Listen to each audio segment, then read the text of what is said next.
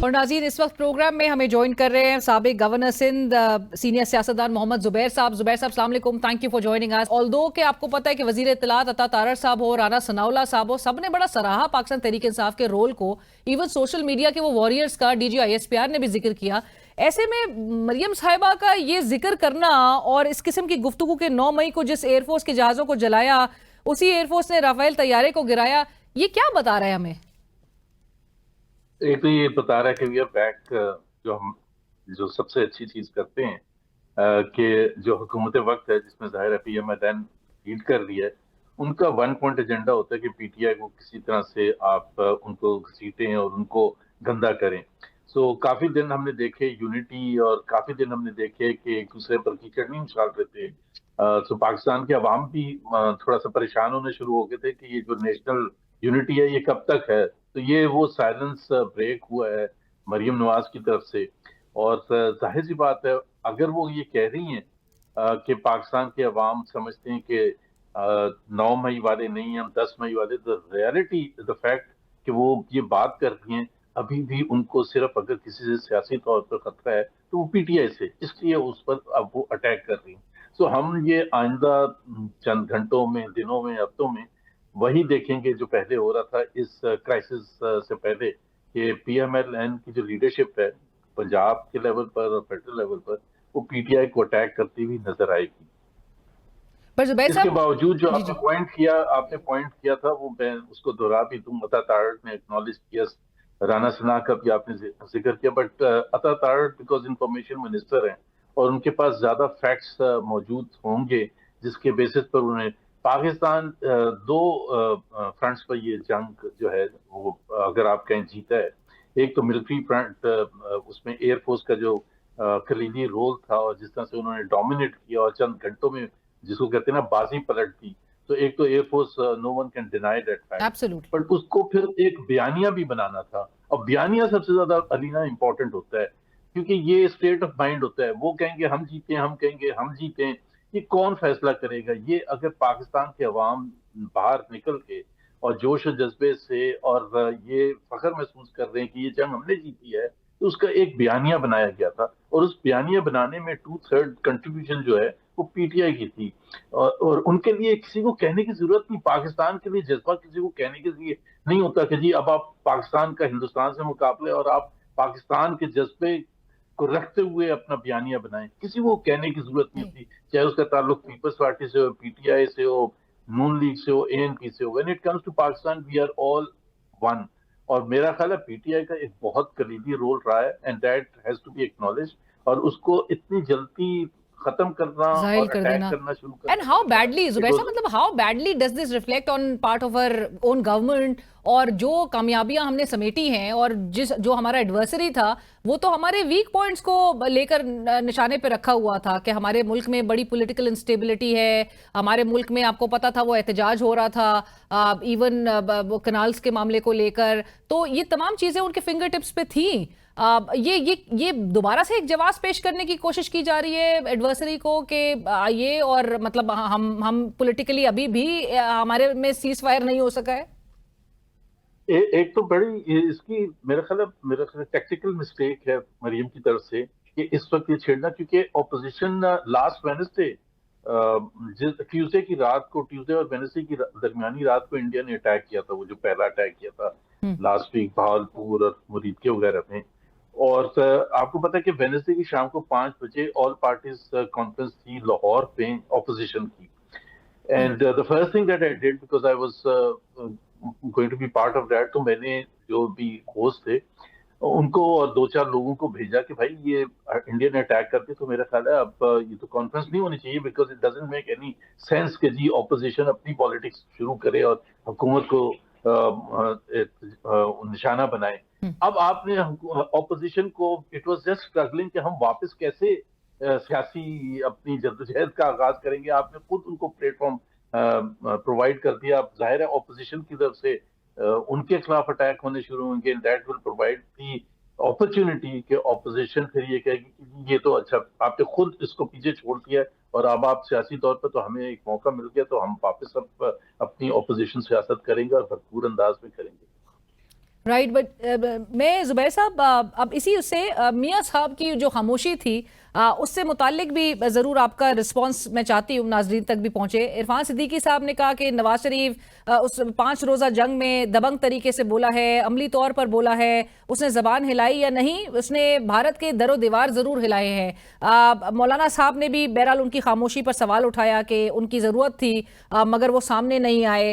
अब पंजाब की जो वजीर इत्तलात है उन्होंने कहा कि स्ट्रेटेजाइज करने से लेके फॉर्मुलेट करने तक जो है वो तमाम चीजें मियां साहब ही कर रहे थे, उन्हीं की क़यादत में ये सब कुछ हुआ है। How would you respond to this? क्या मियां साहब एक तो खामोश क्यों थे, since you know him fairly well, जरा ये भी बताइएगा।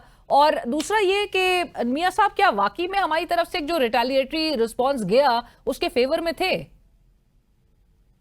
देखिए, जाहिर सी बात है, ये तो आप भी हैरान होंगी और मैं भी हैरान हूँ क्योंकि हमने कुछ सुना नहीं था। सो जब सीज फायर हो गया और उसके बाद से ये बयानात आने शुरू हो गए कि जी सारी प्लानिंग वो कर रहे थे और उन्होंने इंडिया को हिला दिया था। ये तो जाहिर सी बात है, ऐसा हुआ नहीं।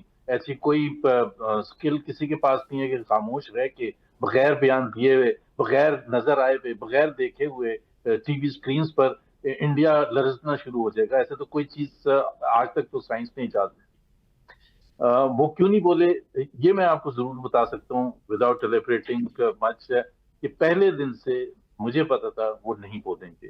क्योंकि वो जिस तरह से उनकी थिंकिंग है when it comes to Pakistan India relation, एक तो वो सबके सामने है कि फॉरेन पॉलिसी के हवाले से वो इंडिया के साथ उस हद तक जाने के लिए तैयार हमेशा से रहे हैं, वो कदम उठाने के लिए जो कि कोई और सियासतदान या मिलिट्री लीडर पाकिस्तान का तैयार नहीं रहा कभी भी।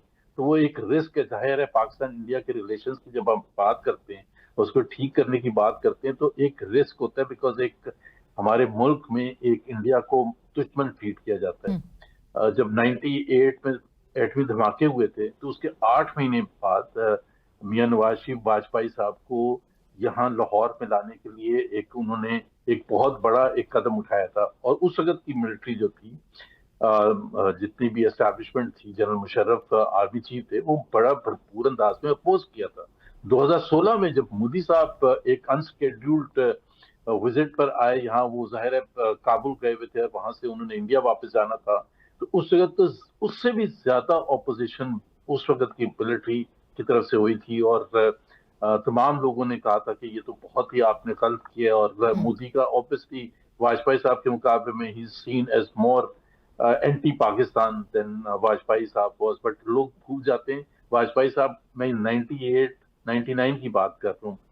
बाद में हमने देखा कि he obviously was admired by Musharraf and everything, but उस वक्त इतना नहीं था। सो वो रिस्क लेने के लिए तैयार हैं। उनकी नजर में इस किस्म की इंडिया के साथ फ्लेयर अप होने से पहले मेरी मेरी थिंकिंग, जो मैं जितना उनको जानता हूँ, और मैं बहुत हद तक, and that is why I was convinced, वो नहीं बात करेंगे कि फ्लेयर अप, ये बयानबाजी से और फ्लेयर अप होगा, और जो कि वो करने के लिए तैयार नहीं थे। और वो ये भी सवाल उठाने के लिए तैयार होंगे अंदर कि जी हम क्या एफर्ट कर रहे हैं behind the scenes to de-escalate this thing. 2015 या 16 में एक across the line of control बहुत ज्यादा बमबारी हो रही थी दोनों तरफ से, और काफी टेंशन हो गई थी, तो सब एक जाहिर है इंडिया के खिलाफ बयान दे रहे थे, असेंबली में तकरीर हो रही थी। जो उन्होंने बयान दिया था which was very different, because he wanted de-escalation, और उन्होंने ये कहा था this is precisely the reason that the process of dialogue must always continue. तो ना पाकिस्तान को उस तरह से डिफेंड किया, ना इंडिया को एक्यूज किया, और उसको वो डी एस्केलेशन की बात कर रहे थे। तो वो एक अगर पॉलिटिशियन वो समझ सके, मेरे ख्याल पीएमएलएन वाले खुद भी नहीं ज्यादातर समझते होंगे कि उनका नजरिया इस सारे उसमें प्रोसेस में, मैं ये नहीं कह रहा कि वो सही था, बट उनका नजरिया जो है ना हट के होगा।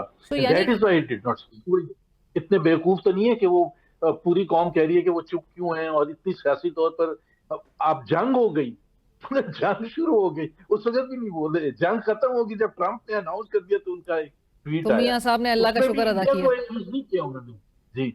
सो जुबैर साहब, तो मतलब मेरी फिर ये आवाम समझे कि जो हमारे तरफ से जो एक बिफिटिंग रिस्पांस गया, मियां साहब उसके फेवर में नहीं थे, यानी नहीं होंगे। बिल्कुल नहीं, मतलब देखना वो कोई बच्चे तो नहीं है कि सियासी तौर पर इतना बड़ा एक इशू है, पाकिस्तान इंडिया जंग हो रही है, जंग होने से पहले इतना ज्यादा फ्लेयर अप हो चुके हैं, और वो एक लफ्ज भी ना बोले। आपने ये भी नहीं देखा कि वो मीटिंग करते हुए नजर आए हैं पाकिस्तान इंडिया रिलेशंस और टेंशन को देख के, वो जाती उमरा में कोई आया हो और उनके साथ मीटिंग करते हों, या वो इस्लामाबाद में नजर आए हों। तो ये अस्मा बुखारी का बयान करना ऑब्वियसली मज़ाक़ खेज है। एक सियासी तौर पर भी एक मेरा ख्याल है डिफेंड करने की इस किस्म की जरूरत भी नहीं थी। और दूसरा बयान तो मेरा ख्याल है बहुत ही मज़ाक़ खेज है कि जी इंडिया वाले हिल गए, उनके दीवार दर जो भी दीवार हमने हिला दिए।